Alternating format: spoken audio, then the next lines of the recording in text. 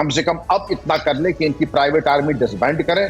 इनके ऊपर अगर एक भी गिरफ्तारी हो जाती तो कम से कम बयान आ जाते। गिरफ्तारी एक नहीं, बाबा भूमिगत, और हमने उसके ऊपर इनाम भी नहीं किया। डेडिकेटेड टीम लगा के कम से कम ये कह दीजिए कि 24 घंटे में बाबा होंगे दस्तयाब, जिन्होंने धक्का मुक्की की है वो आपके सामने होंगे और उनके बयान आपके सामने होंगे। बड़ी बात आप कह रहे हैं। कपिश जी, आपका मैं रुख करना चाहूंगी, ऐसी क्या मजबूरी है तमाम राजनीतिक दलों की, चाहे वो पक्ष हो चाहे वो विपक्ष हो, जो सीधे तौर पर इस बाबा की गिरफ्तारी की मांग नहीं की जा रही? ये कोई सीधे जिम्मेदार है तो शासन और प्रशासन है। जो एसडीएम साहब की रिपोर्ट आपको पढ़ ली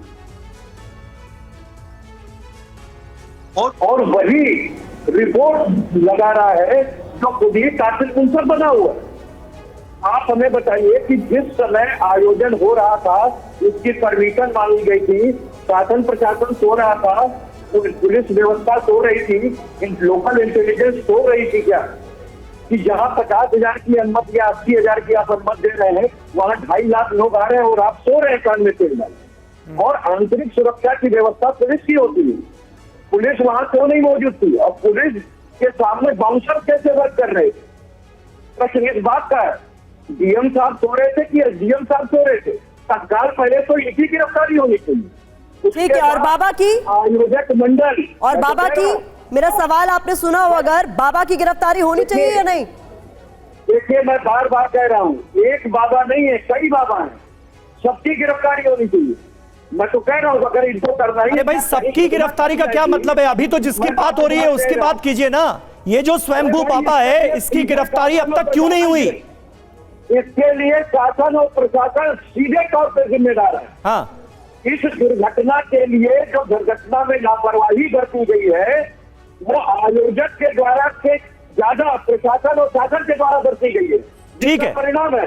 आलोक अवस्थी जी, आलोक अवस्थी जी इसका जवाब दीजिए और अपने दर्शकों को बता दें, ये तस्वीरें हम आपको दिखा रहे हैं। सीएम योगी आदित्यनाथ पहुंच चुके हैं, अस्पताल का दौरा कर रहे हैं और सारी जानकारी ले रहे हैं कि कहां-कहां पर नाकामियां रहीं, क्योंकि हमने देखा था सरकारी अस्पताल में भी जबरदस्त बदइंतजामी नजर आई थी। घायलों का हालचाल लेने वाला कोई था नहीं जब इतनी बड़ी दुर्घटना हुई। और इस बीच अहम खबर, बाबा के पास 3 तरह की सेवेदारों की आर्मी की जानकारी सामने आई है। महिलाओं की एक सेना थी जो पिंक ड्रेस में रहती है, बाबा के निजी गार्ड्स काले ड्रेस में रहते हैं, खाकी सफेद वर्दी में बाबा की तीसरी सेना है। तो ये देखिए आप, बाबा के भक्तों में सबसे ज्यादा महिलाएं हैं और अलग अलग तरह की सेना बना रखी थी बाबा ने, जो कि सारे इंतजाम संभालती थी और बाबा की सुरक्षा का जिम्मा भी इसी तरह की सेना पर था। हमारे सहयोगी विपिन चौबे हमारे साथ मौजूद हैं। विपिन, और क्या जानकारी मिल रही है? 2 बातें हमें नजर आ रही हैं, बदइंतजामियों का अंबार लगता दिख रहा है, दूसरी तरफ इस बाबा ने अपनी सुरक्षा के लिए अपनी सेना तैयार कर रखी थी और ऐसा लग रहा है कि किसी ऊपर वाले का भी इस पर हाथ है, कोई तो है जो इसे बचाने की कोशिश कर रहा है। अब तक की जांच में जो जानकारियां सामने आई हैं उसके आधार पर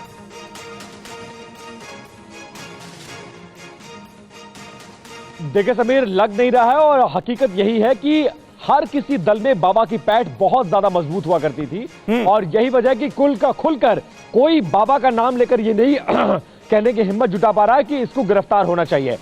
एफआईआर में लीपापोती करने की कोशिश की गई। बाबा के पास अपनी एक प्राइवेट आर्मी चलती है जिसमें 3 तरह के सुरक्षाकर्मी होते हैं। बाबा का जो पहला घेरा होता है जो 10 मीटर का होता है, उसमें black safari, black T shirt और ब्लैक जींस पहने सुरक्षाकर्मी होते हैं। महिलाओं के लिए उसने पिंक आर्मी बना रखी है और जो खाकी वर्दी में आपको सुरक्षाकर्मी नजर आ रहे हैं, जो वीडियो मैंने आपको भेजा, जो वीडियो बनाने से मना कर रहे हैं लोग, वो उसके डी एरिया में रहते हैं। ये बाबा की सुरक्षा के इंतजाम हैं।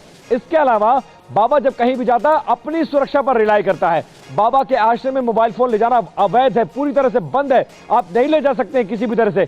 जहां तक कि वो प्रवचन और सत्संग आश्रम में भी वो जब लोगों से मिलते हैं तो मोबाइल कंप्लीटली बैन होता है। अब यहाँ की बदइंतजामी पर आइए, शुरुआत से लेकर अंत तक सिर्फ और सिर्फ बदइंतजामी आपको नजर आएगी। और इन सब पे जो एसडीएम की रिपोर्ट है, जो प्राइमरी रिपोर्ट आई है, वो इशारा करती है कि इनके लोगों ने इस तरह का मिसमैनेजमेंट किया, लेकिन सरकार कहां थी, व्यवस्था कहां थी? 80,000 से ज्यादा लोग 2 से 3 दिन तक यहां पर खड़े रहे। हाईवे के सामने से भीड़ गुजरती रही, आपके अधिकारी यहां से आते जाते रहे और आपने इंतजाम कुछ भी नहीं किया। तो मिला जुला कर लीपापोती करने की कोशिश की जा रही है, जिम्मेदारी से बचने की कोशिश की जा रही है। सीधे तौर पर रिस्पॉन्सिबिलिटी अगर किसी की आती है तो डिस्ट्रिक्ट एडमिनिस्ट्रेशन की आती है, चाहे वो जिले के कप्तान हो या फिर डीएम हो। इन पर कार्रवाई हो तो ये कार्रवाई अपने आप में एक नजीर बनेगी, ताकि बाकी के जिलों के कप्तान और डीएम ऊपर से लेकर नीचे तक इस ऑर्डर को फॉलो करवाएं। तो ये बाबा खुद 3 लेयर की सिक्योरिटी में चलता था, लेकिन वो लोग जो इन पर आंख मूंद कर विश्वास करके इनके सत्संग में जाते थे, उनकी सुरक्षा का जिम्मा किसके सर पर है, सबसे बड़ा सवाल है। लेकिन इस बीच शिवांग वहां मौजूद है उस अस्पताल के बाहर जहां इस वक्त योगी आदित्यनाथ अंदर परिजनों से मुलाकात कर रहे हैं घायलों के। शिवांग, इस वक्त का अपडेट।